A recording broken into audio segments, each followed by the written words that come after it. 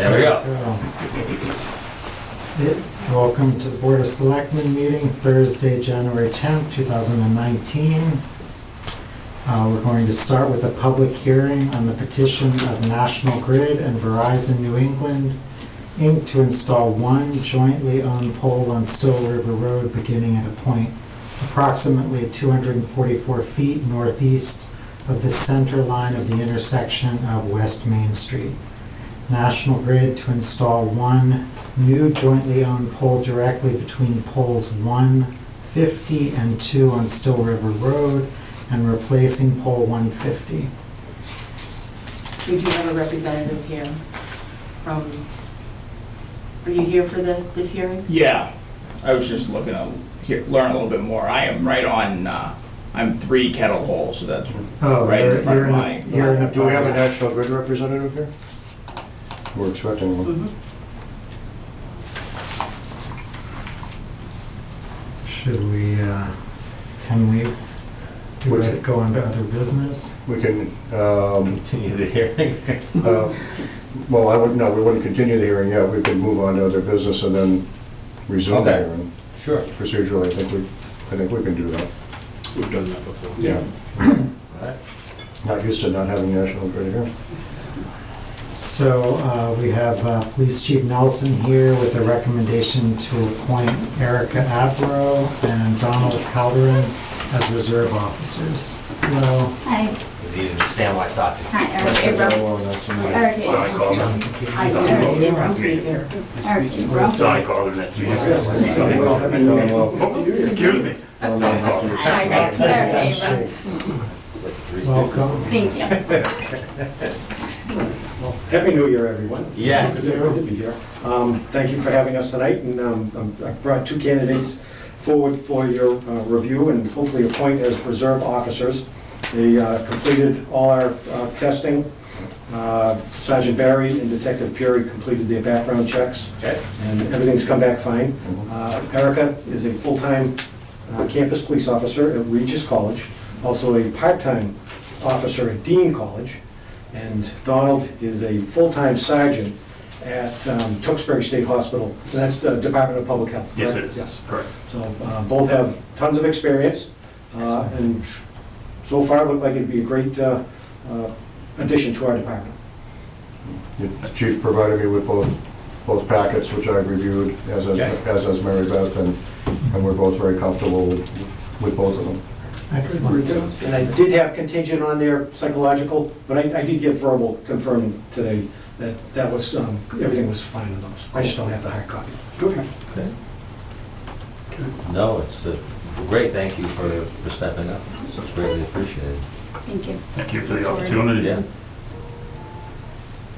I think we're ready to approve. Okay. I'll make a motion that we approve to appoint Erica Ambro and Donald Calderon as reserve officers. Second? All those in favor say aye. Aye. Great. Congratulations. Thank you. Thank you. Mr. Chairman, I always like to ask where people live. Dan Stitzler with the Bolton Independent. I live in Northborough. I'm from Chelmsford. Okay, thanks a lot. Thank you. Congratulations. Thank you very much. Thank you very much. Welcome on board. Congratulations. Thank you very much, sir. Thank you very much. Thank you. Welcome. Thank you, sir. Congratulations. Thank you very much. Congratulations. Thank you very much. Lieutenant, a phone call tomorrow? Okay. Just give him a call. Okay. All right? Thank you very much. Thank you, Chief. Thank you very much. Congratulations. Hope everything goes smoothly tonight. Thank you.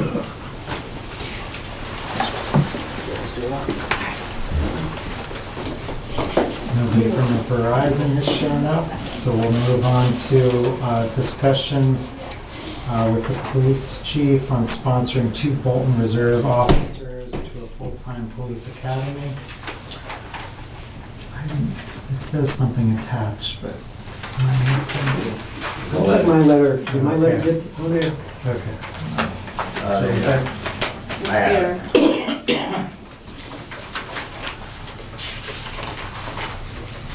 I think it's Next to last. Yeah. So, from the last meeting, I was at, trying to get the sergeant's position moving.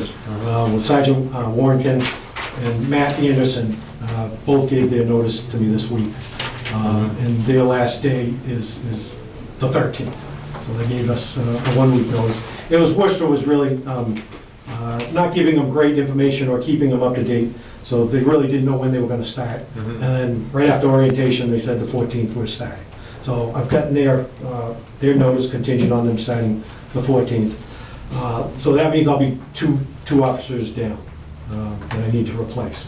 So as we were lucky enough to do last time, we promoted Jeff White from reserve officer to full-time officer. We got the temporary waiver to put him immediately into work until we got him into the academy.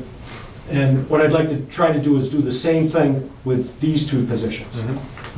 So currently, now that I have Erica and Donald, I'm up to 9 reserve officers. So I still got 1 spot that I'm still trying to fill, which we're getting applications. So pretty much I've got 9 people, you know, that I can weed out a couple right off the bat that they've already told me they don't want to. But I do have at least 1 person that has already told me he would take a position immediately. And I'm still working on the second. So I was hoping you'd consider allowing me to at least see if I can fill that position with a reserve, which would immediately, I could just put him to work as a full-timer once I get the temporary waiver from the MPTC committee. And what that would do is, it would obviously get me a person working instead of going months and months before I can do it. And if I only get 1, then I would go outside and start looking for an academy training person. Right. Fine with me. I think that's a good plan. Yeah. So can you just review this process? So we pay for their education and they contract with us for 5 years, or what is? Yes, I would obviously put the agreement, as we did with Jeff White, on the table, that if they don't agree, then we don't go that route. I go a different route. I think that's why we did it on the first one, is to get somebody to stay here for 5 years, or at least commit to 5 years. Yeah. And if not, then there would be a monetary payback to us for expenses. So yes, we would pay all their way through the academy, pay their salary, pay all the academy fees, and hope they stay for 5 years. Because I'm not keeping them. Matt, under 2 years, and Will, 3. So Yeah. we're not even keeping people 5 years at this point. No, that's fine with me. But Mr. White, what year is he? I'm sorry if I said White. Jeff is full-time, he's fine. He just got out of the academy in November. So November, December, he's been full-time, just going on 2 months now. So once he leaves the academy, it's 5 years? Yes, it is. Okay. Yeah. And so what was the cost last time with Mr. White? To go to the academy? Yeah.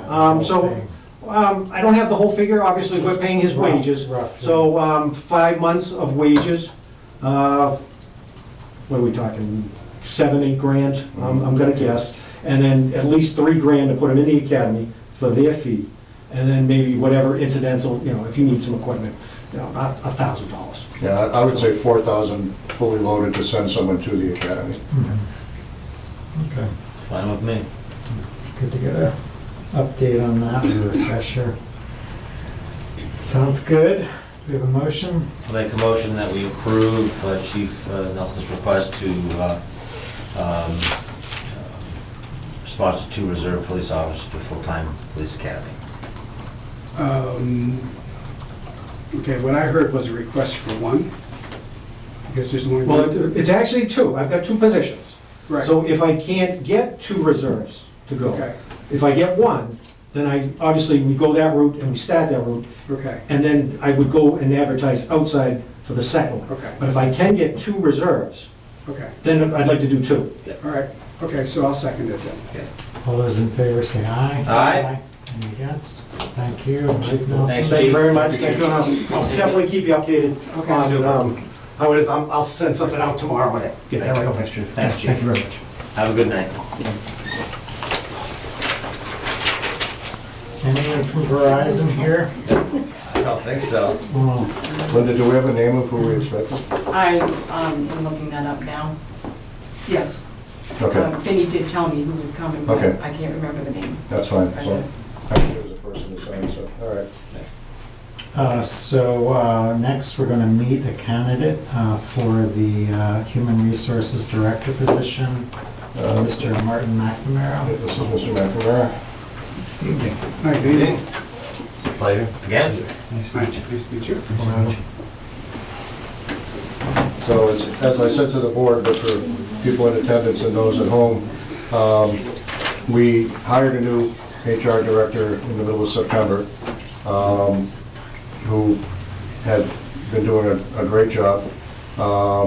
She was offered a position 3 minutes from her home, which is about 45 minutes away from here. And they're able to pay more money than we can pay. So she's accepted that position. The town administrator there got approval for the position and picked up the phone and called her and didn't advertise it. That's how much he wanted her. So she's very well known. And I wish her well. She's done a good job here. But when we interviewed for the position, Mr. McNamara was a very close second. And I would have been delighted to hire him in the first place. It seemed to me that the search that we did was so recent that it made all the sense in the world, if he was still interested in coming here, that we look at bringing him in. And I spoke with him, and he was still very excited about coming here. And I think he'd do a great job. So I wanted to have him to have the opportunity, wanted the board to have the opportunity to meet Mr. McNamara. Just again, a little more background. This is not a full-time position. Correct, right? 12 hours a week. And could you just mention a couple of the salient highlights of his background? Of his background, certainly. Mr. McNamara was the town administrator in Boylston for, was it 4 years? 6 years. 6 years, wow, time flies. 6 years in Boylston. Prior to that, he was the HR director in Stoughton for, I believe, 2 years. And he created the HR department there. Prior to that, for, I'm not going to try to guess how many years, he was the senior person for HR for Weetabix in Clinton, as a multinational company, based out of London. I think it's London, isn't it? Yeah. So, and I worked closely with Weetabix back when I was the director of community and economic development in Clinton. So I knew pretty much all the senior managers down there. And back when I was on the school committee from 1990 to 1996, Mr. McNamara served one term as a selectman. I believe it was from 94 to 96, so he's got a... In Clinton. In Clinton. Yeah. So he's got a wonderful understanding of municipal government as a whole, deep understanding of HR, both at the corporate level and the municipal level, which is not easy to find. I think, as I said, I think his background is quite strong, and I think he can... Sorry. I haven't heard that one.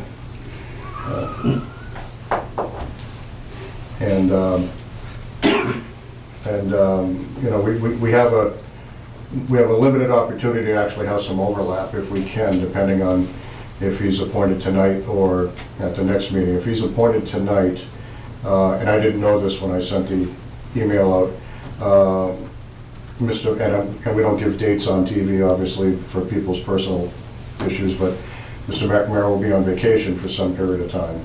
And then when Mary Beth's last day will be January 22nd. That's the day that she officially retires out of Foxborough, and then does her part-time work in Rentham. Sorry. If we were to appoint Mr. McNamara tonight, then I have the opportunity to have him sit with Mary Beth on Monday before she leaves, and then we could onboard him Monday, and then he would start on the 29th, if the board's okay with that. I'd like to be able to try to go over some of the projects I've got Mary Beth working on that need to be handed off to the next person. So that's pretty much it. Would you like to add something to your background? Well, no, it's always nice to hear good things said about you, so you can keep going. No, my last job was at Tom Wilston. I was the town administrator and retired in July of last year. Not because I didn't want to work anymore, but mostly because I didn't want to work 50 or 60 hours a week. So this is perfect. It's 12 hours, it's 3 miles from my house, so it's not a long commute, and I'm anxious to get started.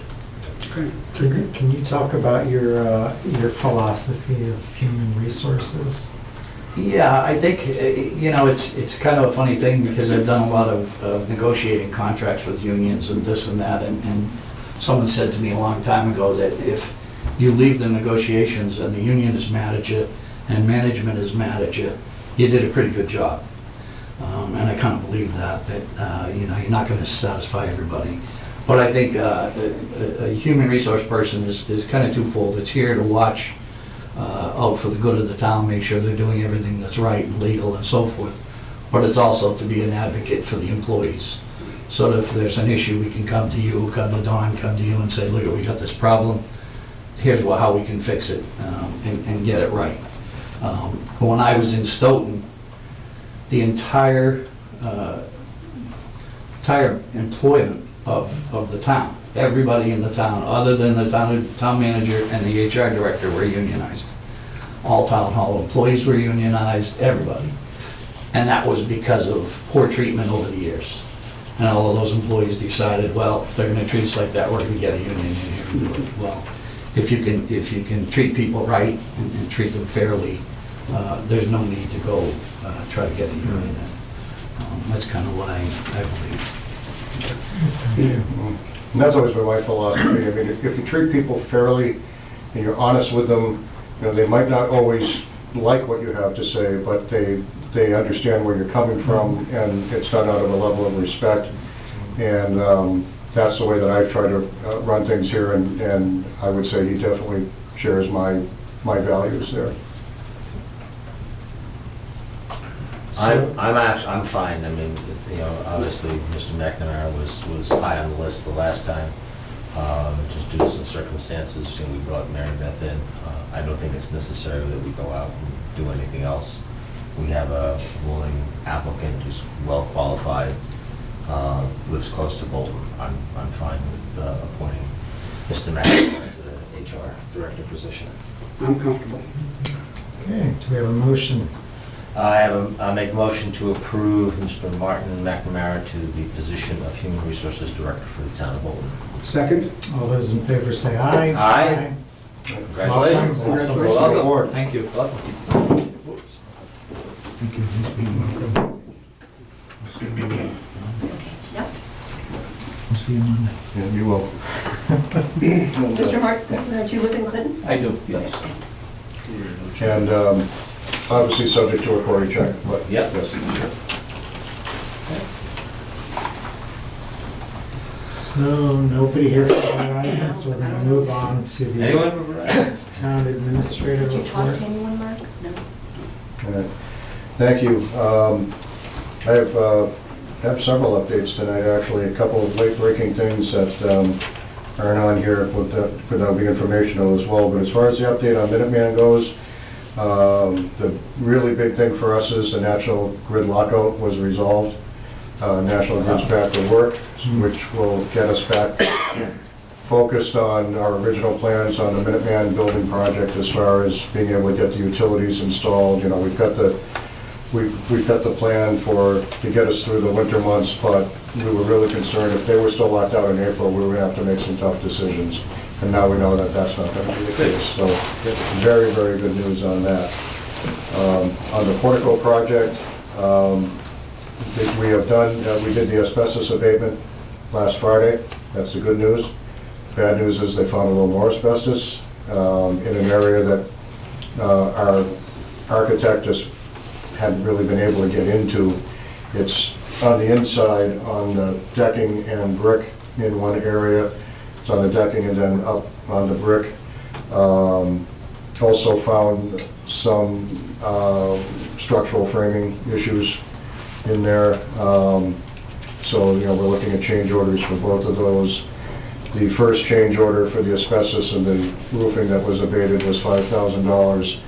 Between the other asbestos and the framing, We're probably looking at about a $10,000 change order there. So we're still within our funding, and Joe and I met this afternoon to discuss the situation, and in Joe's words, he's very careful about his words, he said, you know, we're in a position now where there's no new major bad stuff to find because we're in the one area that, you know, hadn't, you know, that you just couldn't get at before. So it's an, you know, these are unforeseen circumstances, the change orders are legitimate. The abatement will be done as soon as possible. And, you know, we've lost, with having to deal with the asbestos and all that, probably 2 months on the schedule. So if somehow by a miracle this weather continued, and we know it's not going to, but if it did, we could still have the project done April 15th. So by the time, you know, depending on how the weather breaks, you know, we'll be somewhere between April 15th and, you know, mid-June, something like that. But we're not looking at it on an egregious, you know, an egregious hit to the schedule. Yes. So when they discovered asbestos, does the project just grinds to a halt? It grinds to a halt until So it's the abated. change order has been approved? That's right. Okay. That's right. So now we know what we've got in front of us, and once that's, in Joe's words, once they're done dealing with that issue, they're gonna fly through the rest of it. So I hope he's right. Usually is, so I'm counting on it. Update on moving the Board of Selectmen's meetings to the Public Safety Building. As I said at the last meeting, we would submit the proposal as a capital project. So we've submitted that paperwork, and it'll be discussed, I believe, probably next Tuesday. Were there incremental labor costs, or was it $12,000? No, there were incremental labor costs. The final equipment, et cetera, estimate from Ken was $10,568. The estimate for labor was $30 an hour for a range of $1,500 to $2,000. So we went to the high end and took $2,000. So the total request that's been submitted is $12,568. And just to be on the safe side, I have an opinion, but just to be on the safe side, I'm checking with the state on how we do the procurement for this. I believe because of the nature of the work, I think I can award the work to Bolton Access Cable, because they are our local cable access provider. But I want to make sure I'm right, so I've actually got an inquiry into the 30B hotline, just to make sure. And if I can't do that, then I would solicit 3 quotes. Okay. I've already got the quote from Bolton Access Cable. I would solicit 2 others from responsible vendors, and then do an award based on that. Okay. So, does the board have any questions for me on that? Okay. Next, the discussion of the potential survey. As we discussed a few weeks ago, I've got performance evaluation coming up in April, and in reviewing my contract, you know, in the appendix, we have a statement that I will perform a survey, which I'm happy to do. But I wanted to get direction from the board as to what areas of focus there should be. I don't want to go off and conduct a survey that didn't really address what the board wanted. So I thought the best thing to do was to get direction on what it is that you'd really like to see me working on. Is it a general survey? Is it focused in some area or areas? So input from the board is what I'm seeking. I'm not really sure that there's really anything critical that we need to survey about. I mean, obviously, this was inserted into your contract. I'll make it public that I was not in support of putting that into your contract to begin with. So at this stage, I mean, you know, we do have known issues, traffic on 117, which we're attempting to address, you know, development issues which we're attempting to address. Perhaps one thing which probably is not in the realm of the Board of Selectmen, but, you know, maybe doing something and having the Council on Aging do something, survey in terms of senior needs, and let the Council of Aging, you know, conduct that survey, or perhaps, you know, give them a little bit of funding to do it professionally, but, doing a survey to find out what the town is complaining about or ailing about, I don't think is a constructive thing to do unless we have a particular issue. And at this point in time, I don't see that we have anything really specific in terms of the topic to have you conduct some survey. I think perhaps a senior survey might be, more apropos. in terms Well, the of survey dates. would have been related to your job performance, is that correct? Or- Oh, no. No, not necessarily, and I don't want to put words in anyone's mouth. My understanding is to get an understanding of where there may be some concerns in some town, in some areas, give people a forum to speak on certain issues, and then capture that, and then sort of try to decide how we address that. But I thought, as I said, I thought it was best to come back and make sure that I'm working on what the board wants. Well, I would make these comments about a survey in general is, who gets surveyed? Is it everybody? Is it just adults? Is it just adults in Bolton? Is it just voters? And how do you make sure you've got representation? I don't know how to do that. I mean, accurate representation. I don't know how to do that unless it's professionally done. And, at that point, from there, I don't see any burning issues that it's worth spending money on right now. Yeah, so I did vote for this in terms of putting it into Don's contract. It is in there. This is something Don needs to do. I think Don has, we're coming up on renewing his contract. He's been doing coffee with the town administrator. We also have the police chief having coffee with residents.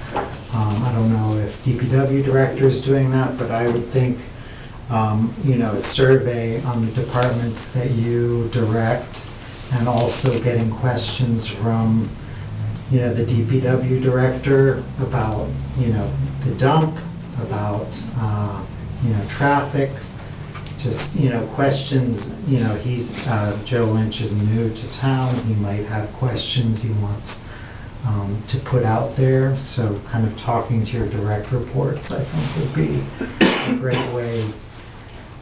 This isn't to get complaints, it's just to try and get, where, some sense of what people's concerns are. We all work together, we have neighbors and friends that we speak to, but there's a larger town beyond the realms that we exist in, and I think it's important to give those people a chance to,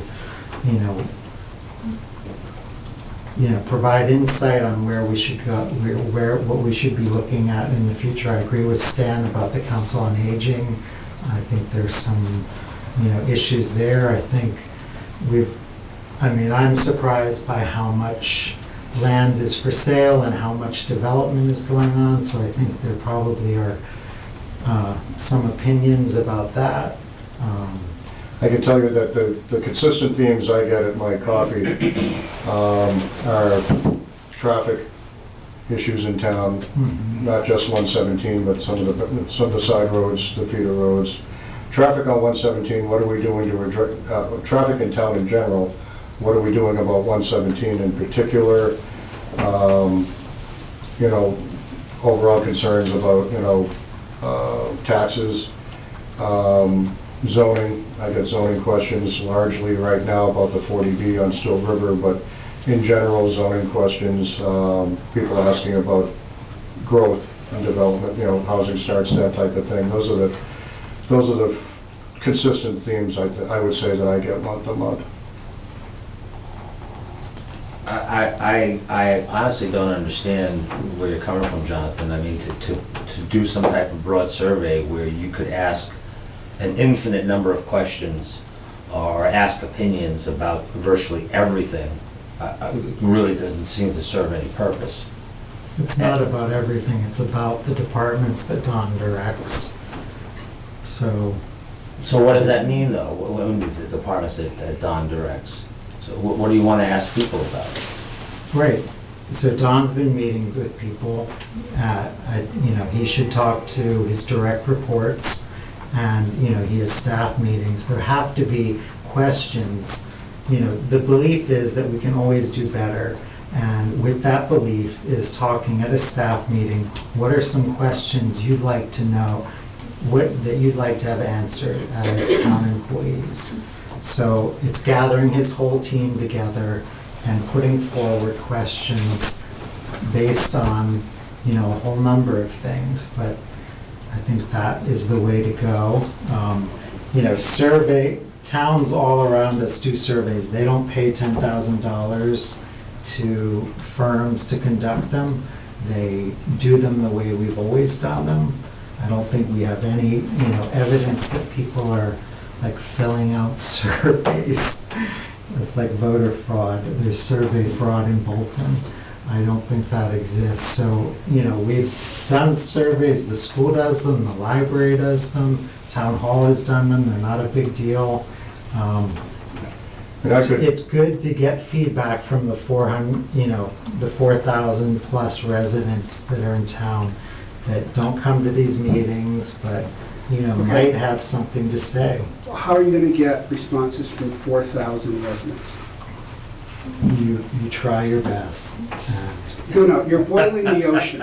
You're saying, I have this great big concept, and I'm leaving it to Don to figure out how to actually execute it. And I don't see the value in Don spending time trying to boil the ocean.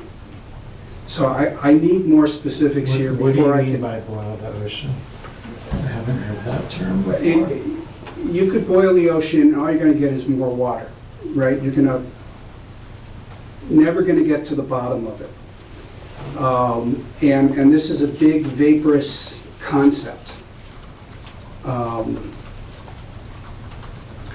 don't you do a survey on the value of surveys? It's that kind of question. No, I'm always surprised by the fear of surveys and information. Oh, no, it has nothing to do with fear, but It's like, you said it last time.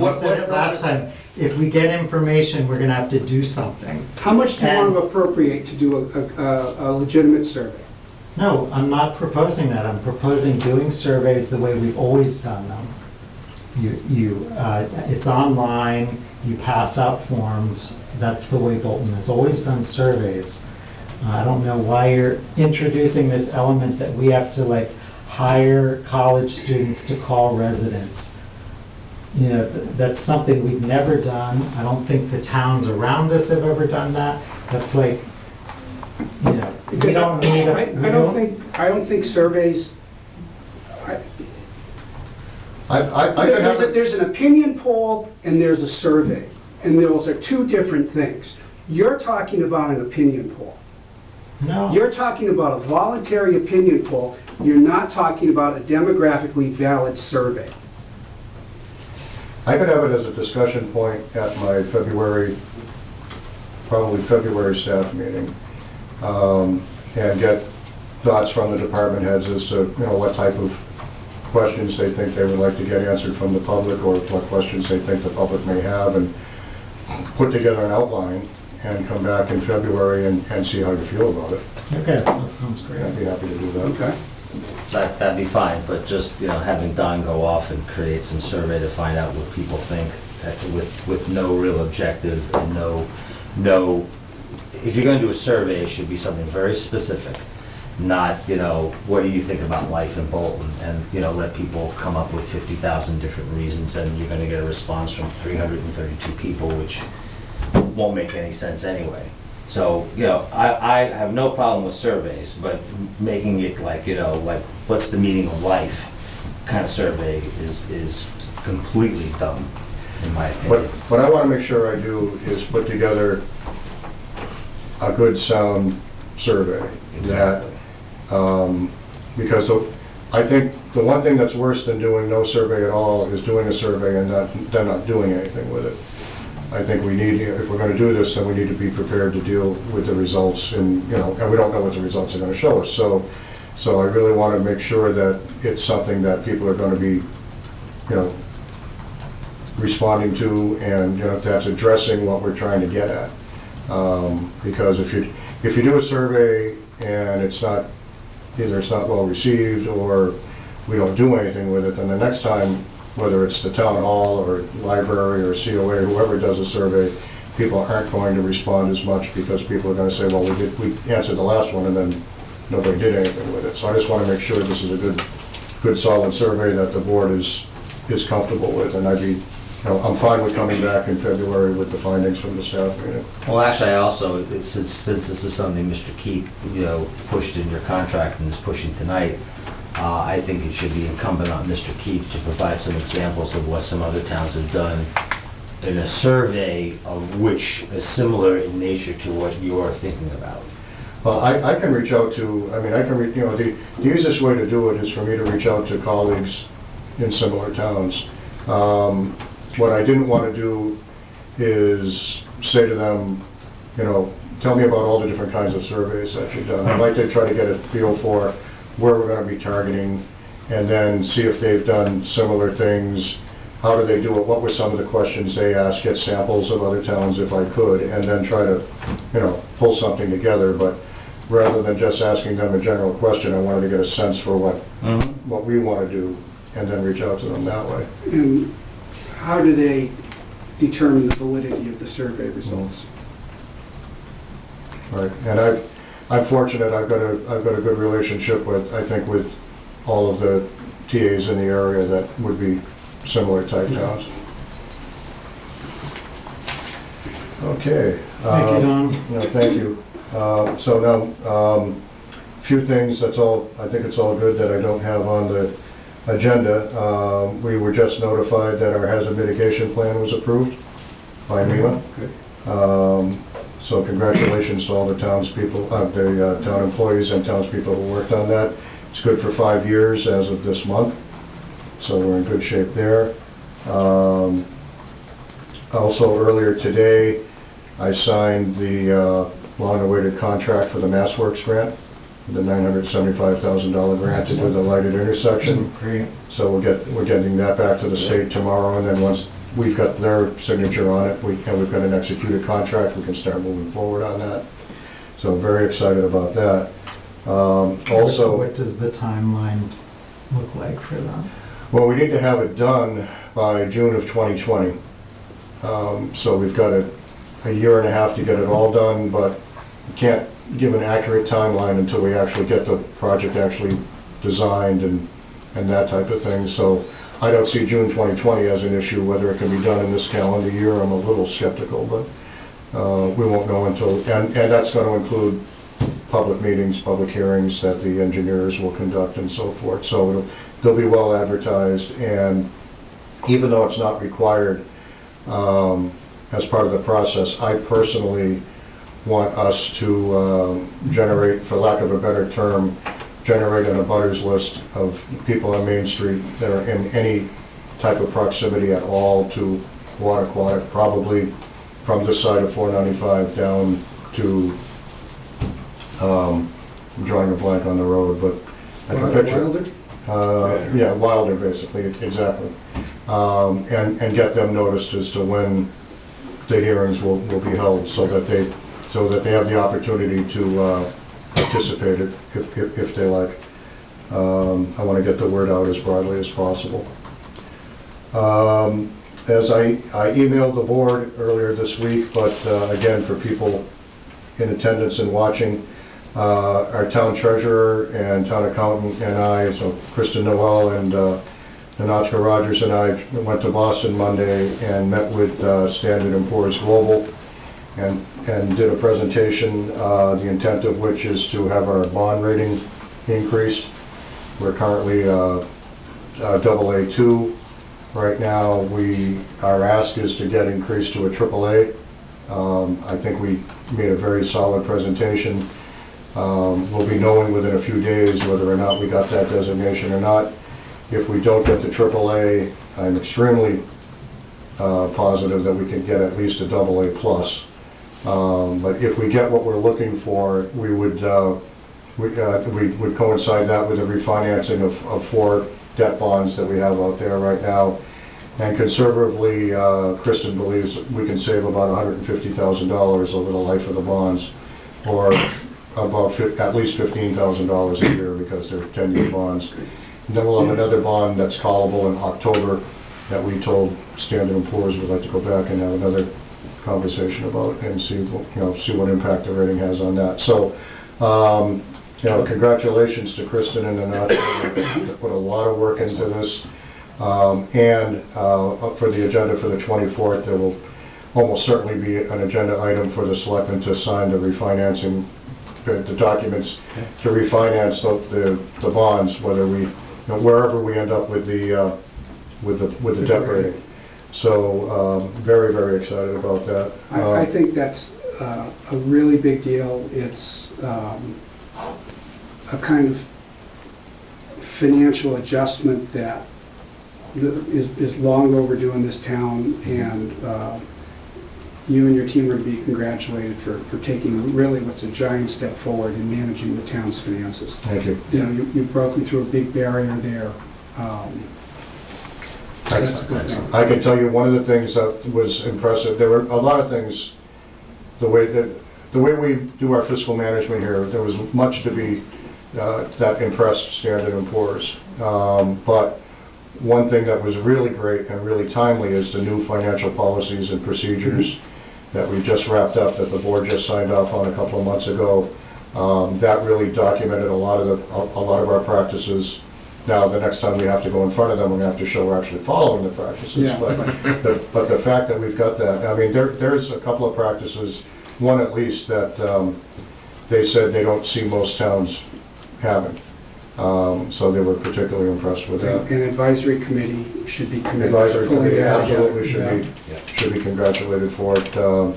Brian Boyle and the entire advisory committee have really worked very hard on this. Yeah. On those, and it really did And make a difference. it's had a concrete financial effect on the town. It has. It has. So all their hard work has paid off as well.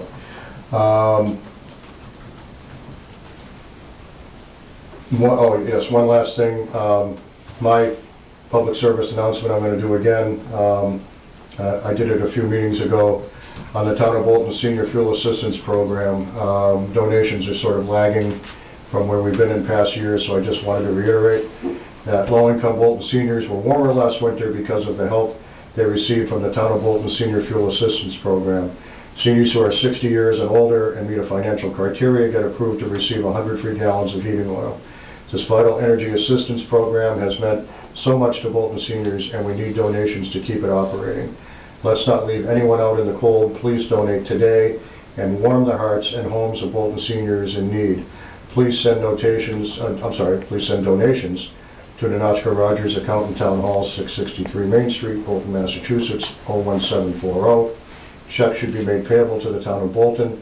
If you have any questions regarding the program, please contact Lisa Dion, Outreach Coordinator at the Bolton Council on Aging, 978-779-3314, or the email is outreach@townofbolton.com, and we will have this statement up on the website in a couple of days. So I'd like to do everything we can to help our seniors in that area. And finally, I'm looking at January 29th right now. I'll be having our annual finance team meeting. The finance team meeting consists of the town accountant, the town treasurer, our assessor's clerk, town clerk, Linda, representative from advisory, which is normally the chair, and a selectman. We have no standing appointment to that. There is no standing selectman's appointment. It's really who's interested and who's available. So I thought if I let you know now, the three of you know now, that I'm looking at having a meeting on Tuesday the 29th, then you could look at your calendars, and at the next meeting, the board could discuss, which of you would like to be the representative. As I said, this is not a liaison role, nothing like that, and it's not required that a selectman be there, but a selectman's always invited to participate. Yeah, I've done the last one. So with that, that's all I have for tonight, unless the board has any questions for me. Thank you, Don. That was a long one. It was. Do we have a representative from Verizon? here? National Grid. National Grid? I found him. He's wandering around. Yeah, Ah, I went to the thank you, wrong address, Teresa. sorry. Is there a prize for finding that? So we opened the hearing, is that right? Yes, the hearing's already been opened, yes. And so, can you identify yourself? Yeah, hi, and my come name is forward? Javier Morales, Hayward National Grid, to request the approval of a grant location for a new pole. Sure, can you just go over the diagram with us? Yeah, sure. Come on up.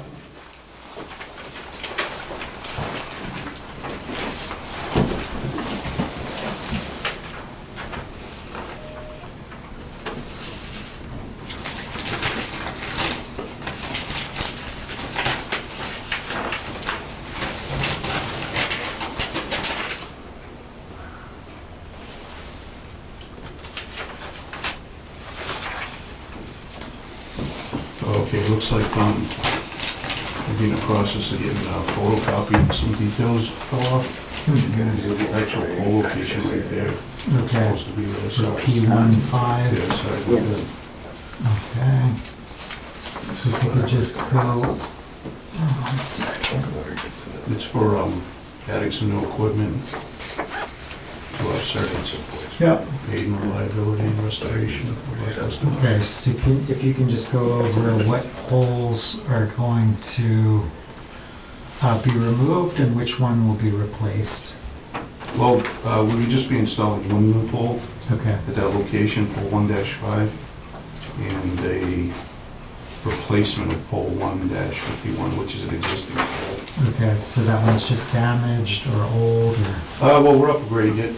Okay. Like I said, we're adding some more equipment and upgrading some other items, so. So you're replacing one and you're adding one? Correct, yeah. Okay. He just, I'm sorry, he just said that backwards. So pole 1-5 is an existing pole. That's the one Okay. that's going to be replaced. That's the one that already has a switch gear and stuff on it. Mhm. So they're adding pole 1-51. Okay. That's the Okay. new pole. The new pole, okay. I don't think so, that's. Yeah. It says right here, proposed yellow pole, I went and looked Right. at it. Yes. It's staked. I was there today as well. And if you read your description, it says you will be replacing pole 1-5. So pole 1-5 is the existing pole that has that switch gear already on it. So one jail pole. Because the new pole is the one between 1.5 and 2. So the wooden stake with the The white white. stake is the pole location, Okay. proposed pole location. Right. Sounds good. So Mark, can you confirm that again with, So the new pole, the proposed Yeah. pole, is pole, on this plan, it shows the circle of the X, it's 1-51. okay, And pole 1-5 is an existing pole. They're gonna replace that existing pole and add the new pole 1-51. okay. So the new pole is for an existing house or? No, it's for the entire area, to aid in reliability and restoration of our customers. There's actually no customer involved, it's all the customers. So it's just like too long a span and you need, No, we're just upgrading the equipment on the pole. It's Why it's do an you older need- style Why do you line. need a new pole? Well, we try to keep up with current standards. And originally, our standards just called for a line recloser, when the original was installed years ago. But now, for safety reasons, they require a visible open air gap on the adjacent pole. So when they de-energize the recloser and have to do maintenance work on it, they know that there's an open point for grounding. So they're adding an existing pole in an existing pole line. It's not like it's across the street from any. No, I understand that. Yeah. But, so the issue here is basically to provide for an air gap when you have to disconnect the Correct, line. yeah, it's a safety feature that they Okay. have these days Okay, compared to the old days. okay. I guess at this point, I'd want to know if the resident, So I would just, again, I struggled a little bit, I happen to forget my map. As far as the, oh, sorry. sir, can you identify yourself? sure thing, and your address? Curtis Friedman, 3 Kettle Hole Road. I think my primary concerns are the timeline associated with this. Based on, that's right after you make the turn off of 117 onto 110, pretty narrow. So I'm assuming there's going to be a sizable amount of construction vehicles. What the plan is for that. I believe the pole that's being added is right on my property line. So I just want to make sure that I understand what's being done and what to expect. And then just as far as the poles go, I think with this new pole, we're going to have 4 poles stacked on top of each other within a few hundred yards, it seems. Mark, did you have any concerns? Obviously, it's not impacting any trees, it's not impacting sight lines, snow removal problems. I wasn't sure why they were requesting a pole, but I've heard of this happening other places as well. I think the span between pole 2 and pole 1-5 is probably too far for that break, so that they need to install another pole. As far as the traffic goes, we always use the police department to direct traffic. Yeah, will this take more than a day? It could take maybe 2 or 3. Okay. So, They might not be all consecutive. Usually what happens is we break up our crews. So we have pole trucks. They would go set the pole one day, which wouldn't take that long, maybe 2 hours, 3 hours. And then the line department truck would come by and start framing the pole and hang the equipment. And then it gets done in stages. okay.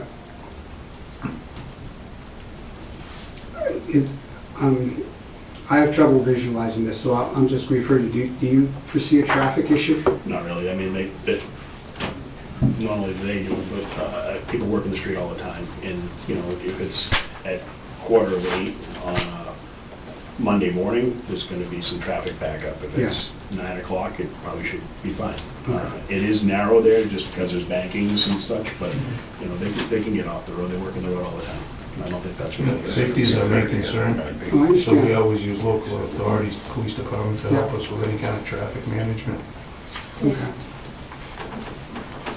They've run a bell for Green Road. They've replaced several poles on Green Road, and if they can do it on Green Road without disturbing traffic, Still River should be a piece of cake. Thank you, Rona. And the new spokesperson for National Grid. And other things. Yeah, I mean, you guys were out there doing something on 117. You had like 3 or 4 trucks, and you had a officer. Yeah, That wasn't good. It wasn't that went quick. Yeah, that went pretty quick. And that was a much more convoluted project. Right. I'm fine with it. I mean, I have no issue. I agree. I think that I see the trucks around town a lot. At one time, there was a slowdown on 117. It was a big project. There were 3 or 4 trucks there and stuff like that. But it didn't last long. I think it was there for less than a full day. Yeah. So I don't see that this would be a, again, if it's an 8 o'clock in the morning kind of thing, yeah. If it's 9 or 9:30 or between 9 and 3, I think Still River will be okay. Yeah, and my biggest concern, as I mentioned, is just wanting to make sure that, understanding what the impact to my Right. property is gonna be, and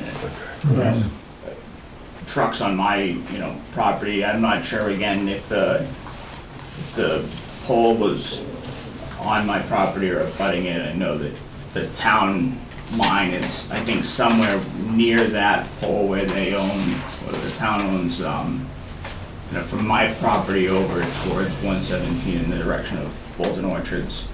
It seems like it's right around there, but that's all, nice area with long grass, just making sure no one's driving over I that. have never seen the trucks on personal property. Yeah, everything we do is in the public way. Right. Yeah. Not everything, but Right, I mean, unless the homeowner requests it, all the work that I've seen you doing is the trucks have been on. Yeah, we have an entirely different process for work on private property. Right, Part of the process for the public ways to come here and ask for an approval for a grant. okay, That's why I'm here. okay. And there will there be notification, and again, I apologize if I forgot the documentation, is there a date on this, or will there be notification so we understand when it's gonna happen, and timeline? Yeah, we cover a large area, and I'm not really sure the exact date when this will get Yeah, done. there's not one stated in the Yeah, request. I guess it's more notional, is it gonna happen this month, next month, or is it, we're gonna wait till the ground thaws and it's a spring, early summer type yeah. project? It's hard to predict. Like I said, we cover a large area and we have a lot of customers to attend to. And occasionally, if we have weather disturbances, it could change the schedule for quite a bit of time. But this cold weather doesn't stop you from putting in telephone poles, does it? So long as it's dry? That's mostly correct, yeah. Okay. We do have some weather clauses for safety when it gets down below zero and things like that. Yeah, yeah. But I think to the gentleman's question, it's not necessary for you to wait until the weather breaks before you start this project. That's correct. We work Okay. every single day, Okay. Monday through Friday, and emergency response after hours as well. And I guess my only other question would be, based on the fact that I think the pole that's being replaced is on one of those embankments. When they pull the pole out, as it's probably been there for a long time, are there procedures in place to make sure that that embankment doesn't slide down from a land erosion perspective? Because that would, I'd end up with a, there's an embankment and it Right. drops right down Yeah, and it's kind of at the peak. Yeah. Our current policy for pole replacements is to use the exact same hole that the pole came out of. And we also have civil crews on staff that would address any issues, as you mentioned, if there was any erosion. And the guys are trained to make sure that all the ground around the pole is firmly tamped and backfilled with suitable grade to hold the pole. Okay. And everything's, insured, there's bonds and insurance Yeah, we have a taken out bond in every single town that we work in. to ensure that, all right. So, we need a motion to close the hearing.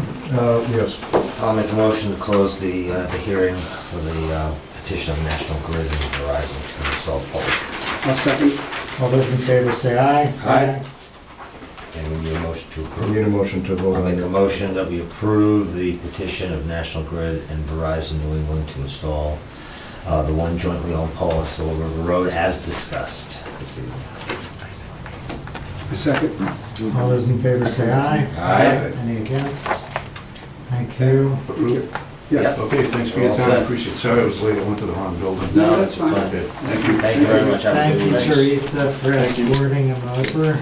Yeah, thanks. Take care. We have a request to release $40,000 of the cable fund, totaling $76,940. Purchase new equipment. Hello, Ken Troop. Welcome. Good evening, everybody.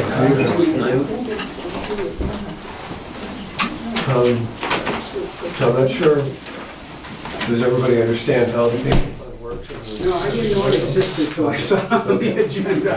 So when we do the 10-year contract, part of the agreement is that there is money that comes through the town for cable services, for operational, the day-to-day operations of the station and for equipment. What we negotiated was a certain percentage, which was, it actually changed over the life of the contract, but it's essentially now 4.5% to 5% that's tacked on to subscribers' bills. That's essentially for operations. That's when we come in quarterly. So they tell us what they're providing under that. We come in quarterly, and that's what we run on, basically. At the beginning of time in Access Business, back in 2005, they provided a slug of upfront money, $75,000 as I recall.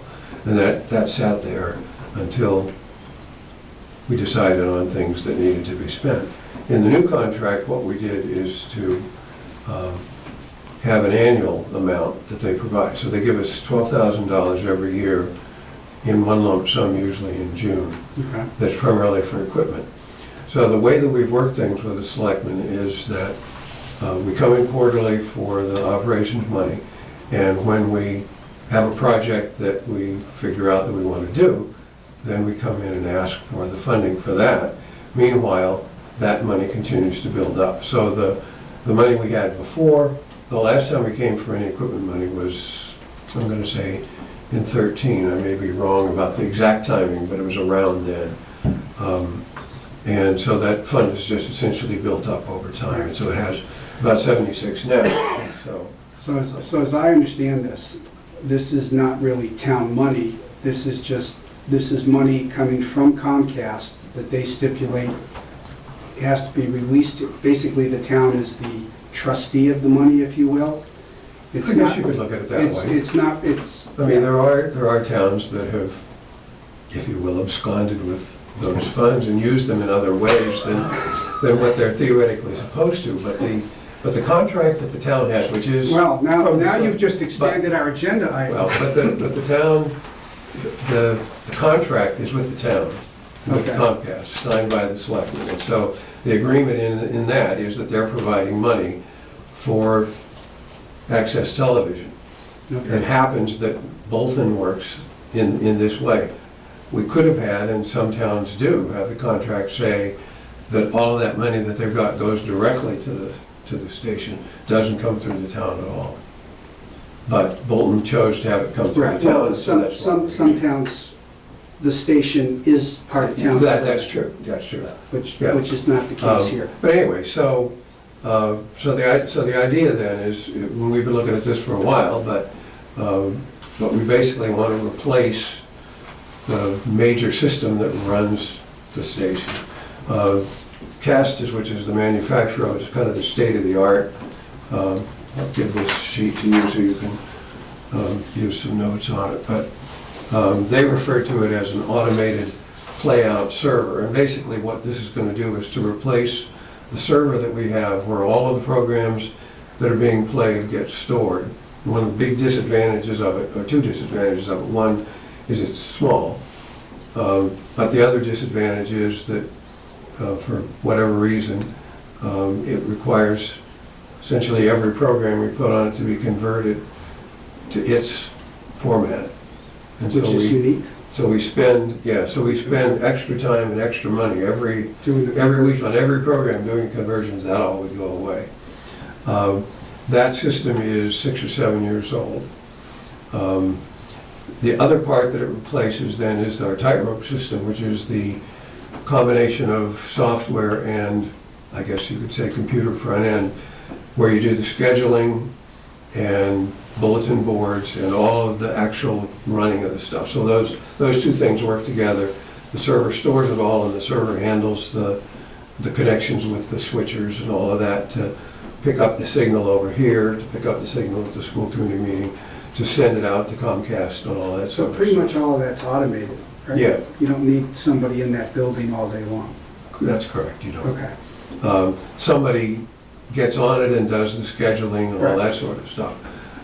But because we're getting rid of, and that tightrope is, I believe it's non-supported now, but it's way more than 10 years old.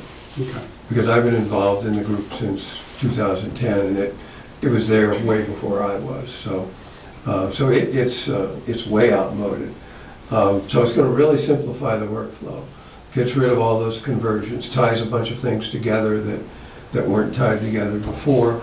Part of what it'll do is to allow us to do improved live streaming and actually have it go to our own website. So rather than having to have town hall streams, that as you know, we pay $125 a month, or I'm sorry, $250 a month, we won't have to do that anymore. And still everything will be available to the public the way that it is now. And so that was good. Now that we've, since I made the appointment, we've gotten more details on it, and I don't know whether your agenda allows us to ask for more than what was mentioned in that, but approximately 47,000 is what the number is that we have arrived at with Castus for this. It has a 3-year warranty with it, and it will really significantly improve what we're doing and how we do it, and is the way that most of the towns around have it.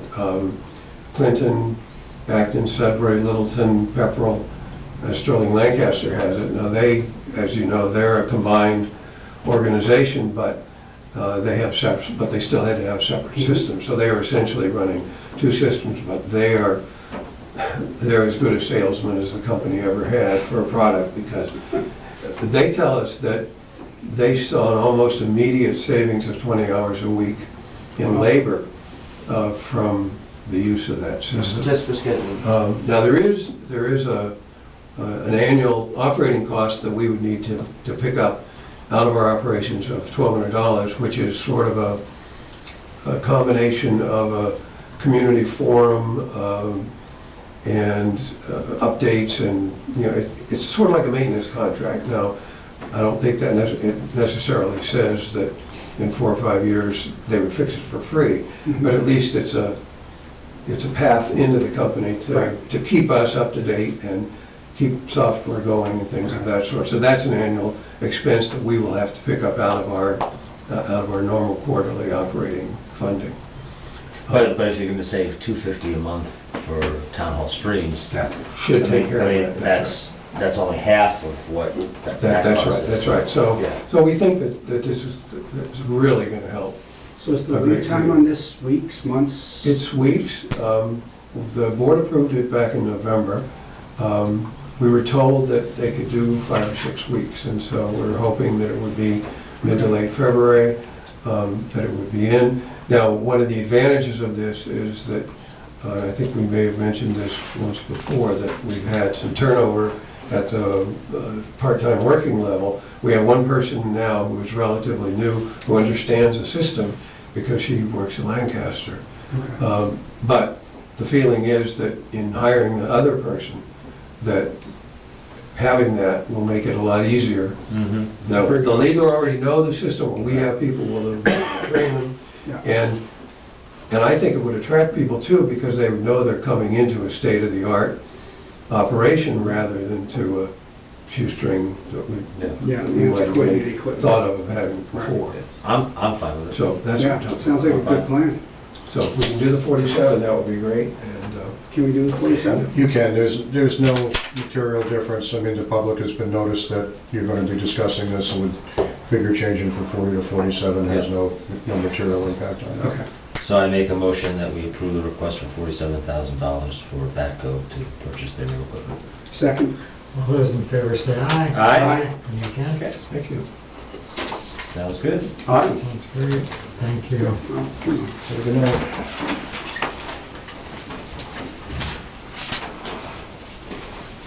Board of Selectmen business, are there any public service announcements? You did it on Don's. Thank you. But if Don can send me your public service announcement, we can get that on our bulletin board. Okay, Cool. Yeah. thank you. Great. You never can tell. And discuss Board of Selectmen's annual report for 2018. It's that time of year again, where all the department heads are doing their annual reports, and the Board of Selectmen does one as well. So really, this is an agenda item we put on every year. Just it's more as a reminder to the board as anything that you're going to need to get it done. Linda, what's the deadline by which you need it? January 16th. So after you adjourn, you can use somebody's office and just handle it right out. But when do you really need it, though? I mean, I understand that. January 16th. She didn't say a year, though. So didn't I write it last year? You did. Okay, so the incoming Well, chair writes it? actually, Actually, didn't I write it as well? I think that, Yeah, it went over very well, but I did the first draft. I think there was a team effort last year. And we had, because, you know, as I recall, we had 2 chairs last year. So the co-chair, not co-chairs, but the 2 chairs collaborated on that. And typically it's the But chair. did we do it this time of year, or did we do it And much later? it Oh, was no, this, no. yeah, it's always, January, time, yeah. January-ish, you Wow, know. time's flying. Mhm.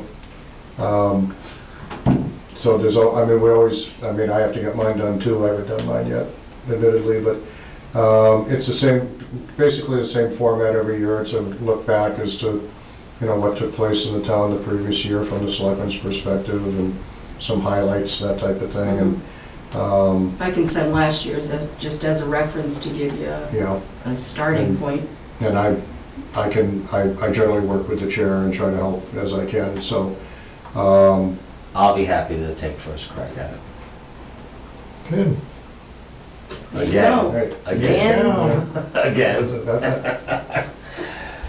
no problem. Okay, and maybe for the next meeting, Mhm. on the, sorry, the 24th, Right. we could have a first draft that the Mhm. board could discuss and maybe vote. Mhm. So we'll put that down as an agenda Yes. item. That means I have to have mine done by then too. next, approve bills, payroll warrants, W-19-13 and W-19-13A. So moved. Second? All those in favor say aye. Aye. Any against? And are there any minutes? Yes, we have December 20th, 2018 to approve. Great. Staying on top of these minutes.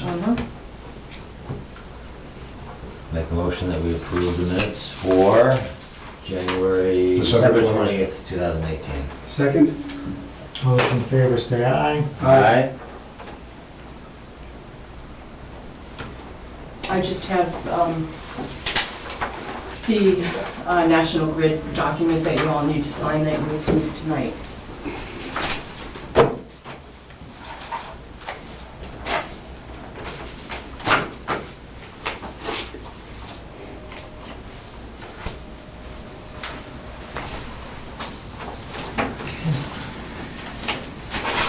Thank you again. Good night. Good night. See you Monday. Don't be late. Anything else to sign, Linda? No. And, Make a motion to adjourn. so moved. Second. All those in favor say aye. Aye.